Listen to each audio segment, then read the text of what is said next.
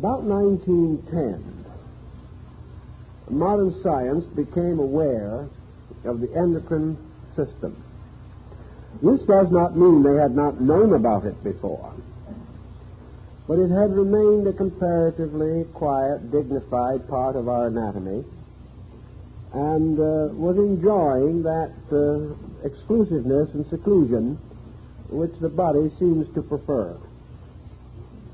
Then all of a sudden, glands began to be very important. And in the 20 years following 1910, the gland concept became high fiction. It was something like spaceships in the 50s and 60s. Almost anything that you couldn't understand or you couldn't explain was a matter of glands. Furthermore, a highly evolved technique for investigating glandular function and glandular structure began to appear. Scientific papers were numerous.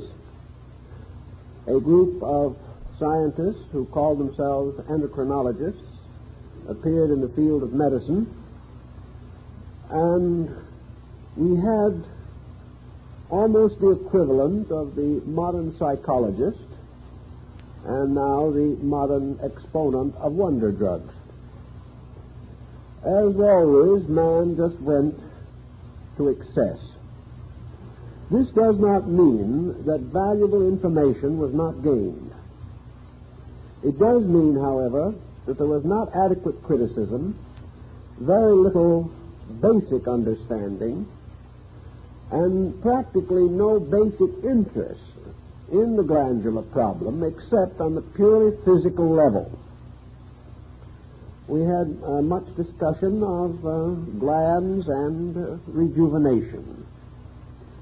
We had glands advanced to explain the personality problems which are now in the province of psychology. In those days, a man was what his glands were. And whatever changes occurred in his life or personality or appearance, these changes were basically due to glands. One problem that confronted the endocrinologist from the very beginning was that one gland, possibly the most important of all, just simply refused to reveal its secret. And for the most part, the condition is the same now, although a good many years have passed. The pineal or pineal gland, either pronunciation is correct, located in the central part of the brain, still remains the mystery gland of the human body. We sense, at least we think we do, that this gland, as long as it remains the most mysterious, is in all probability the most important. There is talk about this being the master gland of all, but it simply remains, even today, so mysterious, so difficult to work with, that comparatively little important information has been accumulated about this gland. The others have given up some of their secrets at least, and we do know what we suspected from the beginning, that they were there for a good reason. Nature does not put anything into the human body without a purpose. And man can take very little out of the human body without getting into some kind of difficulty. The various glands, tied together into a kind of pattern, certainly were focal points for the distribution of important secretions that affect health and well-being and contribute to a mysterious chemistry within the body. a chemistry which has as its essential purpose the maintenance of the equilibrium of function. The glands, therefore, act as regulators, distributors, integrators, organizers. And in their natural and proper functions, they are certainly of the utmost value. Yet with this general concept, we followed along the old accustomed way, which we are still following, to try to find out how we could influence these glands, how through various procedures we could become masters of their functions, so that we could direct, amplify, or reduce these functions by various scientific means. Here again, some definite good was achieved. And there are persons alive today in relatively good health who would not be here if it had not been for the endocrinologists. Sometimes we suspect, however, that there are some absences from among us that might be attributed to the same cause. So we are not certain that we are in the presence of a complete and undoubted blessing. The difficulty seemed to be in the early area of research, that it was all carried on by this splendid and brilliant group of materialists who could conceive of nothing of importance except physical symptoms and physical syndromes of one kind or another. To these people, the glands were a new way of trying to bring health to man by merely perpetuating the functions of his body. It was assumed that if you can save the body, you can save all. That if you can keep the body alive, the individual is alive. Here again, there is a broad point of doubt, because there are many people whose bodies are undoubtedly functioning, and that is about all we can say for the individual.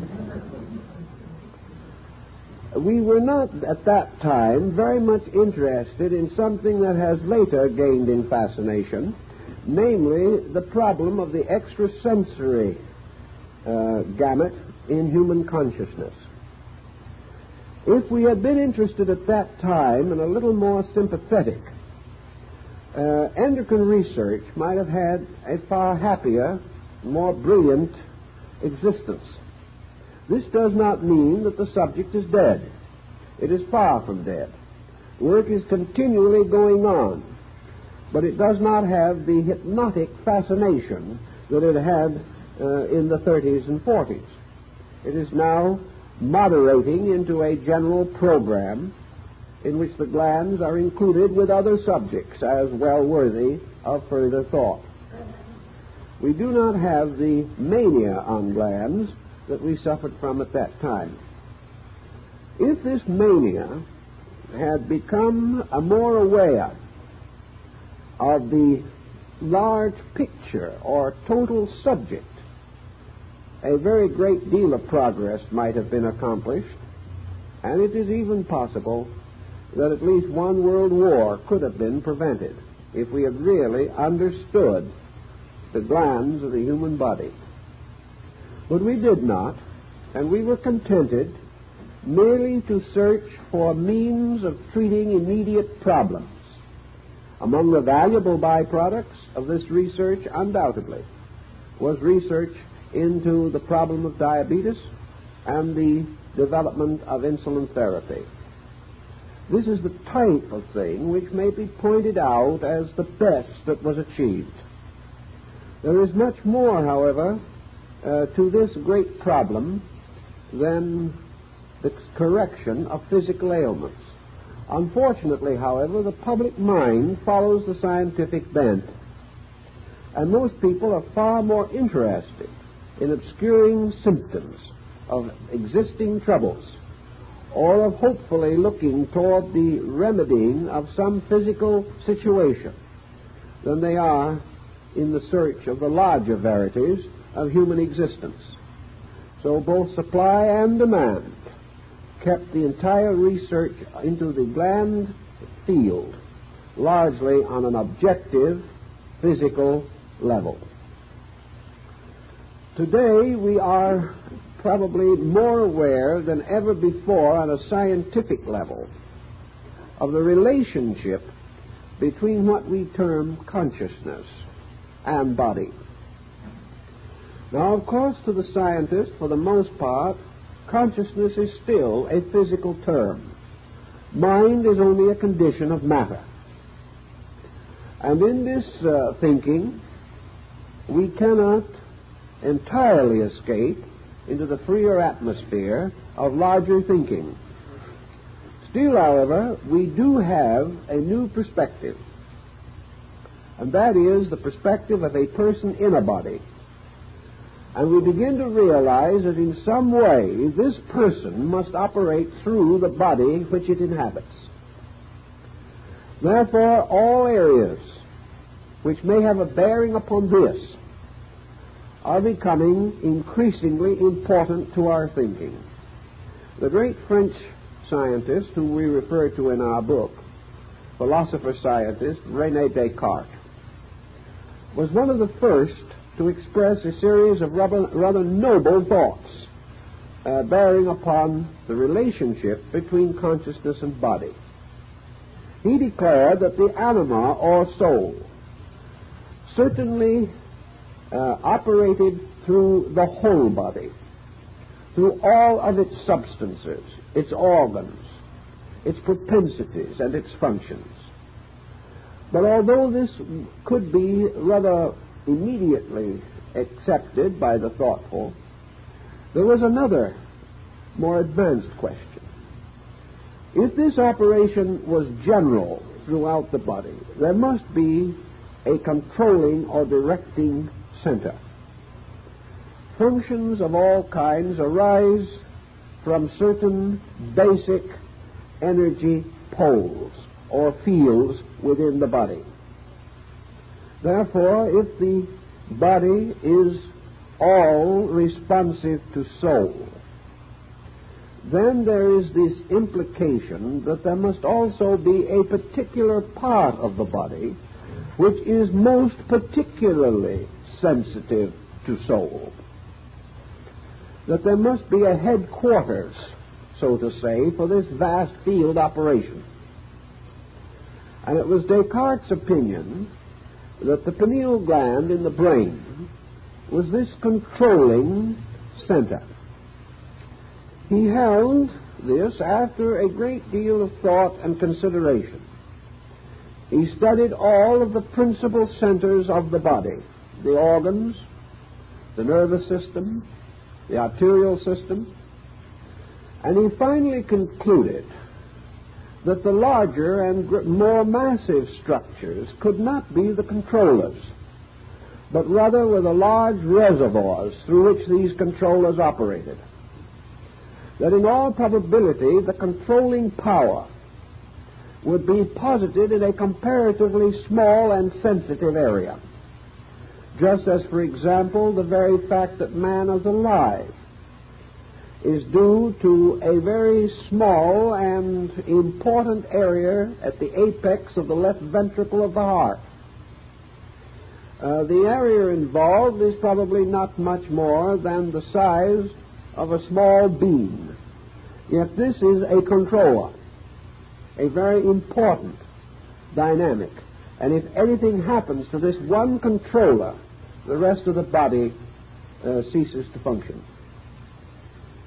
Descartes, continuing his analysis, came to the conclusion that in the brain there was an unpaired organ, that instead of the organ being polarized or with two essential parts corresponding to the right and left sides of the brain, there was suspended almost in the middle of the brain, suspended in a manner in which it was capable of motion within the brain itself, a comparatively small and mysterious body which resemble perhaps a small pine cone, and that this mysterious body, with an independent motion, held in position only by certain arteries and veins and nerves, was, in his mind, the most likely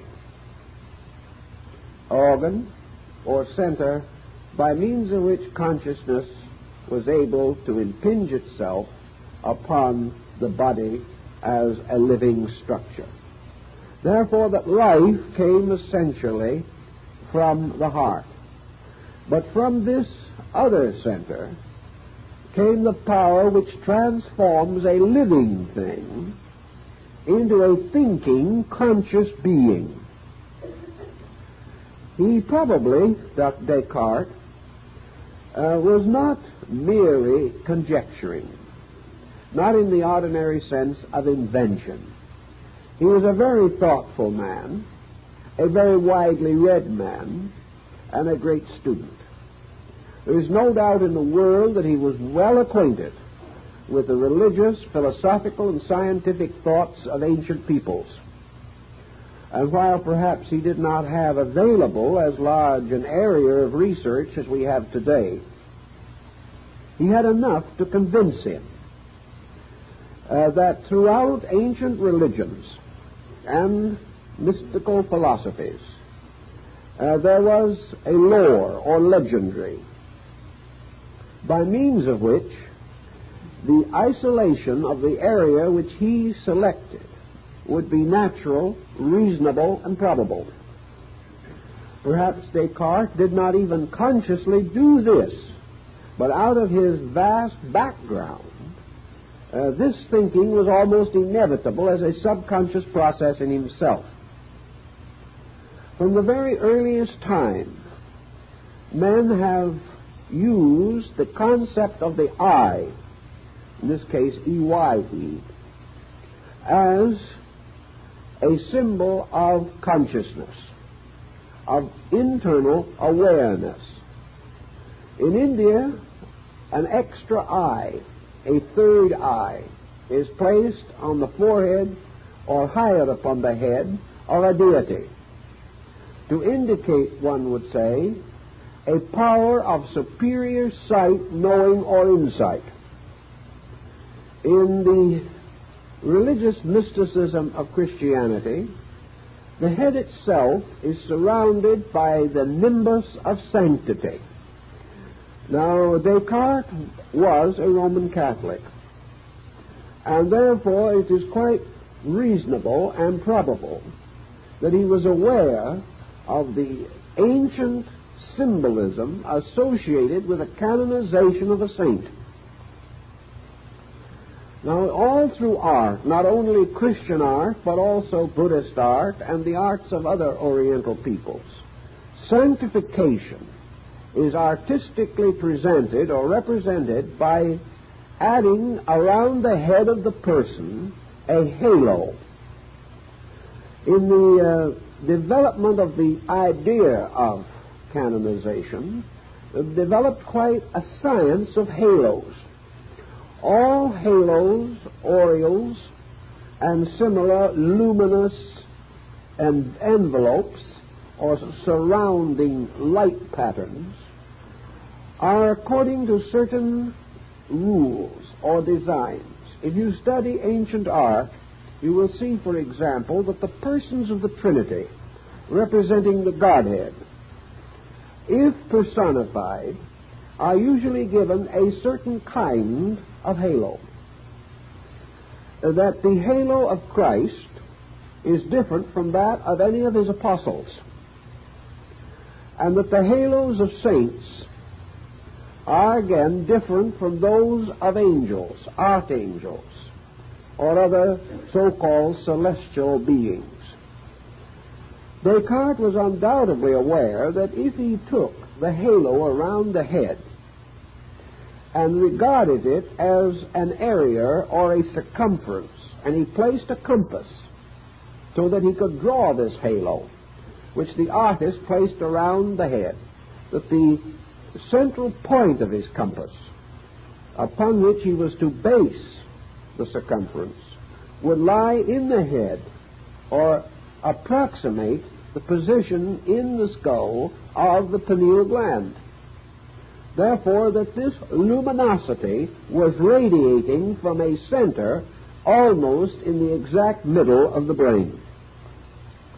Now, this luminosity we conceive of, probably, as being simply an art symbolism.